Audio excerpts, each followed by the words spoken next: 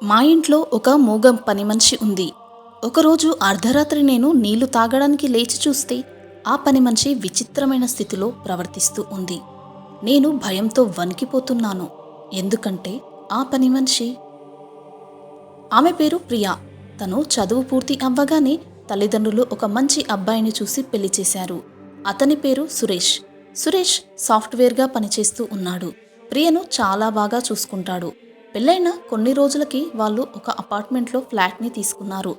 దేనికి లోటు లేకుండా అన్ని సదుపాయాలు ఉన్నాయి వాళ్ళింట్లో. ప్రియ చాలా సంతోషంగా ఉంది. తనకు ఎటువంటి కష్టమూ లేకుండా చూసుకుని మరియు ఎంతో ప్రేమించే భర్త దొరికినందుకు. ప్రియా జాబ్ చేశాను అంటే మనకిప్పుడు అంత అవసరం ఏముంది? నేను బాగానే సంపాదిస్తున్నాను కదా, ఆ సంపాదన మన ఇద్దరికీ సరిపోతుంది. నువ్వు ఇబ్బంది పడాల్సిన అవసరం ఏమీ లేదు. నువ్వు ఇంట్లో కూర్చొని హాయిగా రెస్ట్ తీసుకో అనేవాడు. ఇంట్లో పనులన్నీ ప్రియే చూసుకునేది. సురేష్కి ఒకరోజు ప్రమోషన్ వచ్చింది. దాంతో వాళ్ళ శాలరీ ఇంకా పెరిగింది. వాళ్ళు ఎంతో సంతోషించారు. ప్రమోషన్తో పాటు అతను జాబ్ నిమిత్తం అప్పుడప్పుడు వేరే ఊర్లకు వెళ్ళి అక్కడ 2-3 రోజులు ఉండాల్సి వచ్చేది. ప్రియ ఒంటరిగా ఉంటుంది అని తన అమ్మా నాన్నలను పిలిపించుకొని ఉండేది. సురేష్కి తను చిన్నగా ఉన్నప్పుడు తన అమ్మా నాన్న చనిపోయారు. తనని తన మేనత్త పెంచింది అని అప్పుడప్పుడు ఆమె వచ్చి 2 రోజులు ఉండి చూసి వెళ్తూ ఉంటుంది. ఇలా రోజులు గడుస్తున్నాయి. ప్రియ ప్రెగ్నెంట్ అయింది. వాళ్ళు ఎంతో సంతోషించారు. కానీ అప్పటి వరకు తన పనులు తానే చేసుకున్న ప్రియకు ఇప్పుడు ఇంట్లో పనులు చాలా ఇబ్బందిగా మారిపోయాయి. కాస్త పని చేయగానే తను అలసిపోతుంది. అందుకే వాళ్ళు పని మనిషి కోసం వెతకసాగారు. కానీ వాళ్ళు అక్కడికి కొత్తగా వచ్చారు. అక్కడ ఎవరూ ఎక్కువగా పరిచయం లేదు. అందుకే తమ అపార్ట్మెంట్లో పనిచేసే సెక్యూరిటీ గార్డుతో చెప్పారు తమ ఇంట్లో పని చేయడానికి ఒక పని మనిషిని చూడమని. దాంతో ఆ సెక్యూరిటీ గార్డ్ 2-3 రోజులలో ఒక పని మనిషిని పంపాడు వాళ్ళింటికి. ఆ పని మనిషి ఉదయమే వచ్చి గిన్నెలు తోమి బట్టలు ఉతికి వెళ్ళేది. ప్రియ మిగిలిన పనులన్నీ తానే చేసుకునేది. వంట చేసి భర్తకు టిఫిన్ పెట్టి లంచ్ బాక్స్ పెట్టించేది. రోజు 2-3 రకాలైన కూరగాయలు వండేది. దాంతోపాటు ఖచ్చితంగా టిఫిన్స్ ఉండాల్సిందే. దాంతోపాటు జ్యూసెస్ చేయాలి. రోజులు గడుస్తున్న కొద్దీ ఇవన్నీ చేయడం కాస్త ఇబ్బందిగా మారింది ప్రియకు.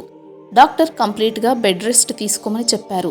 కానీ ఇంట్లో రోజు ఉండి చూసుకోవడానికి పనులను ఎవరుంటారు అని అనుకుంది ఆమె. ఇది గమనించిన ఆ పని మనిషి ప్రియతో అన్నది, మేడం, మీ పరిస్థితి చూస్తే నాకు చాలా బాధ అనిపిస్తుంది. మీరెందుకు ఇంతలా ఇబ్బంది పడతారు? నాకు ఒక చెల్లి ఉంది. కానీ తను మూగది, మాట్లాడలేదు. కానీ పని మాత్రం బాగా చేస్తుంది. నేను ఉదయమే ఆమెను మీ దగ్గరికి నేను పని కోసం వచ్చేటప్పుడు తీసుకువస్తాను. మీరు ఆమెతో పనులు చేయించండి సాయంత్రం వరకు. నేను సాయంత్రం వచ్చి మళ్ళీ ఆమెను నాతో పాటు తీసుకువెళ్తాను. ఆ జీతం ఏదో చూసే తీసుకుంటానులేండి అన్న ఆ మాటలు విన్న ప్రియ ఇంకా ఆమె భర్త ఎంతో సంతోషించారు. తమకు తోడుగా ఒక పని మనిషి ఉండడం వాళ్లకు ఎంతో హెల్ప్ఫుల్గా ఉంటుంది అని వాళ్ళు భావించి అలాగే తమ చెల్లెల్ని తీసుకురమ్మని చెప్పారు. మరునాడు తెల్లారి ఆ పని మనిషి ఒక అమ్మాయిని తీసుకువచ్చింది. ప్రియతో అన్నది, మేడం, ఈమె నా చెల్లెలు రమ్య అని పరిచయం చేసింది. ఆ అమ్మాయి ఎంతో వినమ్రతతో 2 చేతులు జోడించి నమస్కారం చేసింది.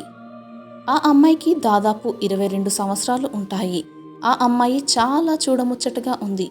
ఆమె సంస్కారానికి ప్రియకు ఎంతో నచ్చింది. ఆ మూగ అమ్మాయి రమ్యను చూసి ప్రియ ఎంతో బాధపడింది. చూడముచ్చటగా ఉంది ఈ అమ్మాయి, కానీ భగవంతుడు ఆమెకు ఎంతో లోటు చేశాడు అనుకున్నది. ఆ మూగ అమ్మాయి రమ్య వంటల్లో ప్రియకు సహాయం చేస్తూ ఉండేది. ఇంట్లో పనులన్నీ చకచకా చేస్తూ ఉండేది. అలా సాయంత్రం వరకు పనులు చేసి తన అక్కతో పాటు సాయంత్రం వెళ్ళిపోయేది. ప్రియ భర్త ఆఫీస్ పనులపై టూర్స్కి వెళ్ళినప్పుడు ప్రియ తనకు తోడుగా ఉండడం కోసం ఆ మూగ అమ్మాయి రమ్యను తనతో పాటు నైట్ అక్కడే ఉండుమనేది. అలాగే అప్పుడప్పుడు పనులు ఎక్కువగా ఉన్నప్పుడు అక్కడే రాత్రికి పడుకో అని చెప్పేది. దాంతో ఆ అమ్మాయి వారంలో కనీసం 2-3 రోజులైనా ప్రియ వాళ్ళింట్లో నైట్ కూడా ఉండేది. ఒకరోజు అర్ధరాత్రి ప్రియకు చాలా దాహం వేసింది. నీళ్లు తాగుదామని లేచింది. అప్పుడే తనకు ఏవో శబ్దాలు గట్టిగా వినిపిస్తున్నాయి. పక్కన చూస్తే తన భర్త లేడు. బయట నుంచి ఏడుపు చప్పుడు వినిపిస్తుంది. అలాగే తన భర్త యొక్క అరుపులు వినిపిస్తున్నాయి. ఏంటా అని వెళ్ళి చూసింది. ఆ దృశ్యం చూసి ప్రియ ఒక్కసారిగా షాక్ అయిపోయింది. ఆ మూగ అమ్మాయి ఏడుస్తూ ఉంది. ప్రియ భర్త ఆ అమ్మాయిపై కోపగిస్తూ ఉన్నాడు. ప్రియను చూసిన ఆ అమ్మాయి ఒక్కసారిగా వచ్చి ప్రియను హగ్ చేసుకుని ఏడుస్తూ ఉంది. అది చూసి ప్రియ భర్త అన్నాడు, ప్రియా, అసలు నేను ఏమీ చేయలేదు, నన్ను నమ్ము. ఆ అమ్మాయి నేను నీళ్లు తాగుదామని వస్తే నన్ను గట్టిగా పట్టుకుంది. తర్వాత తన బట్టలంతా ఇలా చిందరవందరగా చేసుకుని ఏడవడం స్టార్ట్ చేసింది. నన్ను నమ్ము అని తనను తాను సమర్థించుకుంటున్నాడు ప్రియభర్త. అదంతా చూసి ప్రియకు అతనిపై ఎంతో కోపం వచ్చింది. తన భర్త ఇలాంటివాడు అని అస్సలు అనుకోలేదు. ఆ అమ్మాయిని ఊరుకోబెట్టి లోపలికి తీసుకువెళ్ళి సముదాయించింది. మరునాడు ఉదయం అవ్వగానే ఆ అమ్మాయి వాళ్ళ అక్క వచ్చింది. ఆ అమ్మాయి ఏడుస్తూ సాయిగల ద్వారా తనకు జరిగింది చెప్పింది. అది చూసి ఆ పని మనిషి అన్నది, మా చెల్లెల్ని మీ ఇంటికి పని కోసం మీ ఇంట్లో పంపిస్తే దాని జీవితాన్ని ఇలా అన్యాయం చేస్తారా? మీపై పోలీస్ కంప్లైంట్ ఇస్తాను అంటూ ఎంతో తిట్టసాగింది. అప్పుడు భయపడిపోయి ప్రియా మరియు ఆమె భర్త ఆమెను అలా చేయవద్దు అని ఎన్నో రకాలుగా కన్విన్స్ చేస్తున్నారు. అప్పుడు కూడా ప్రియ భర్త అసలు నేను ఏమీ చేయలేదు, నా తప్పు ఏం లేదు అంటూ చెబుతున్నాడు. ప్రియ ఆమెను పోలీస్ కంప్లైంట్ ఇవ్వొద్దు అని ఎంతో కన్విన్స్ చేస్తుంది. అప్పుడు ఆ పని మనిషి ప్రియతో అన్నది, ఏంటమ్మా మీరు మీ ఆయననే సపోర్ట్ చేస్తున్నారు ఇంత జరిగినా కూడా. అదే మీ చెల్లెలకి ఇలా జరిగితే మీరు ఊరుకునేవాళ్ళ అంటూ పోలీసులకు చెప్పడానికి వెళుతుంది. అప్పుడు బయట చెప్పుకుంటే తమ పరువే పోతుంది అని ఆలోచించిన ప్రియ, సరే జరిగిందేదో జరిగిపోయింది, మీ చెల్లెలకి ఇప్పుడు ఏమీ జరగలేదు కదా, ఇప్పుడు నేను సమయానికే వెళ్ళాను కదా, ఇప్పుడు ఆమె క్షేమంగానే ఉంది కదా, నీకు ఏమైనా డబ్బులు కావాలంటే చెప్పు, నేను ఇస్తాను, దయచేసి ఈ విషయం బయట ఎక్కడా చెప్పకు అని బ్రతిమిలాడింది ప్రియ ఆ పని మనిషిని. అప్పుడు ఆ పని మనిషి అన్నది, నేను డబ్బులకు అమ్ముడుపోయే వాళ్ళలాగా కనిపిస్తున్నామా? మీరసలు ఏం మాట్లాడుతున్నారు అంటూ గట్టిగా అరిచింది ఆ పని మనిషి. ఎలాగో అలాగా ఆమెను చాలాసేపు బ్రతిమిలాడారు ప్రియా మరియు ఆమె భర్త. దాంతో 1,00,000 రూపాయలకు ఒప్పందం జరిగింది. ఆ విధంగా బ్యాంకుకు వెళ్ళి ప్రియ భర్త 1,00,000 రూపాయలు డ్రా చేసుకొని వచ్చి వాళ్లకు ఇచ్చాడు. దాంతో అవి తీసుకొని వాళ్ళు మళ్ళీ ఇటువంటి పనులు అస్సలు చేయకండి అని ప్రియాకు ప్రియ భర్తకు చెప్పి అక్కడి నుంచి వెళ్ళిపోయారు. అప్పటి నుంచి మళ్ళీ వాళ్ళు వీళ్ళ ఇంట్లో పనికి రాలేదు. అలాగే వీళ్ళు ఉండే ఇంటి సైడ్కి కూడా వేరే వాళ్ళ ఇళ్లల్లోకి పనికి రాలేరు. ప్రియకు తన భర్తపై ఎంతో కోపం వచ్చింది. తనని చూస్తేనే ఆమెకు అసహ్యం వేసింది. ఎంతో మంచివాడు అనుకున్న భర్త ఇలా చేస్తాడు అని అనుకోలేదు. అందుకే ఆమె అతనితో మాట్లాడడమే మానేసింది. కానీ అతను మాత్రం ఆమెను ఎంతో ప్రేమగా చూసుకునేవాడు. డెలివరీ టైం దగ్గర పడుతుంది. ప్రియ తన అమ్మా నాన్నను ఇక్కడికే పిలిపించుకుంది. ఈ విషయం తెలిసాక ప్రియ తన భర్తతో అస్సలు ఉండాలనుకోలేదు. యాక్చువల్గా పుట్టింటికి వెళ్ళిపోవాలి అనుకుంది. కానీ తనకు పుట్టబోయే పాప భవిష్యత్తును కూడా దృష్టిలో ఉంచుకుంది. ఇప్పుడు కోపంతో సపరేట్ అయిపోతే పిల్లల భవిష్యత్ ఏంటి అని ఆలోచించుకొని అతనితోనే ఉండాలి అని నిర్ణయించుకుంది. కానీ అతనిని క్షమించలేకపోతుంది. కాబట్టి అతనితో ముభావంగా ఉంటుంది. ప్రియకు ఇప్పుడు ఒక అందమైన బాబు పుట్టాడు. ప్రియతో తన భర్త ఏమైనా మాట్లాడడానికి వచ్చినప్పుడు ప్రియ అతనితో సరిగ్గా మాట్లాడలేకపోయేది. ఎందుకంటే ఆమె ఆ జరిగిన సంఘటనను మర్చిపోలేకున్నది. ప్రియ భర్త ఆమెపై ఎంత ప్రేమను చూపినా కూడా ఆమెకు కోపం తగ్గేదే కాదు. అలా జరిగి 6 నెలలు అవుతుంది. ఆమె ఒకరోజు ఇంటికి దగ్గరలో ఉన్న పార్క్కి వాకింగ్ కోసం వెళ్ళాలి అనుకుంది. అలా వెళ్ళినప్పుడు ప్రియకు తన స్నేహితురాలు కనిపించింది. ఇద్దరూ సంతోషంతో కాసేపు మాట్లాడుకున్నారు. అలా మాట్లాడాక మాటల్లో వాళ్లకు పని మనుషుల గురించిన టాపిక్ వచ్చింది. మా ఇంట్లో పనిచేసే అమ్మాయి చాలా మంచిది, కాకపోతే పాపం ఆ దేవుడు ఆమెకు అన్యాయం చేశాడు. ఆమె మూగది, అందుకే ఆమెకు పెళ్లి కూడా కావడం లేదు అని చెప్పింది ఆ స్నేహితురాలు. అప్పుడు వెంటనే ప్రియకు అనుమానం వచ్చింది. మూగ అమ్మాయా? ఏమిటి ఆ అమ్మాయి పేరు అడిగింది ప్రియ. అప్పుడు ఆ స్నేహితురాలు చెప్పింది, ఆ మూగ అమ్మాయి పేరు రమ్య అని. అది విని ప్రియకు చెమటలు పట్టాయి.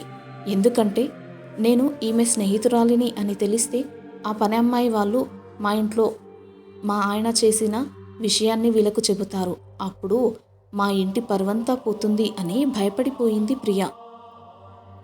దాంతో అక్కడి నుంచి తొందరగా వెళ్ళిపోవాలి అని అనుకుంది. వెంటనే తన స్నేహితురాలకి ఏదో ఒకటి చెప్పి తొందరగా ఇంటికి వచ్చేసింది.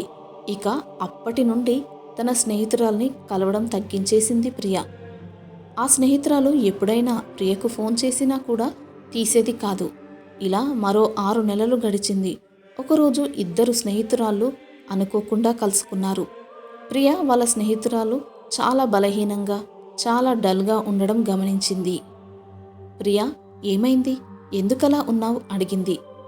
అప్పుడు ఆమె ప్రియను పట్టుకుని ఏడవడం ప్రారంభించింది. కంగారు పడిపోయింది ప్రియ. ఎందుకలా ఏడుస్తున్నావు? అడిగింది. అప్పుడు ఆ స్నేహితురాలు చెప్పింది, మా ఇంట్లో పనిచేస్తుంది ఒక మూగ అమ్మాయి అని చెప్పాను కదా. ఆ అమ్మాయి మా ఇంట్లో ఈ విధంగా ప్రవర్తించింది అని, దాంతో ఆమెకు ₹1,00,000 ఇవ్వాల్సి వచ్చింది అని, నేను మా ఆయనతో ఇప్పుడు సరిగ్గా మాట్లాడడం లేదు అని, మా ఆయన ఇంత మోసం చేస్తాడు అనుకోలేదు అంటూ బోరున ఏడవసాగింది. ఆ మాటలు విన్న ప్రియకు అప్పుడు నిజం తెలిసింది. తన కళ్ళకు కమ్మిన పొరలు ఒక్కొక్కటిగా తొలగిపోతున్నట్లుగా అనిపించింది ఆమెకు. అప్పుడు ప్రియ చెప్పింది ఆమెకు, మా ఇంట్లో కూడా సేమ్ ఇదే సిచ్యువేషన్ ఇలాగే జరిగింది. మా ఆయన కూడా మీ వారిలాగానే నా తప్పేమీ లేదు అంటూ చెప్పాడు. ఇద్దరి ఇళ్లల్లో ఒకేలాగా జరిగింది అంటే మనం ఒక్కసారి ఆ పని మనుషుల గురించి తెలుసుకోవాలి, అసలు నిజం ఏంటి అని. అలా అని వాళ్ళిద్దరూ అనుకున్నారు. ఆ పని వాళ్ళ గురించిన ఎంక్వైరీ చేయడం ప్రారంభించారు వాళ్ళు. దాంతో వాళ్ళిద్దరూ పురోగతిని కూడా సాధించారు.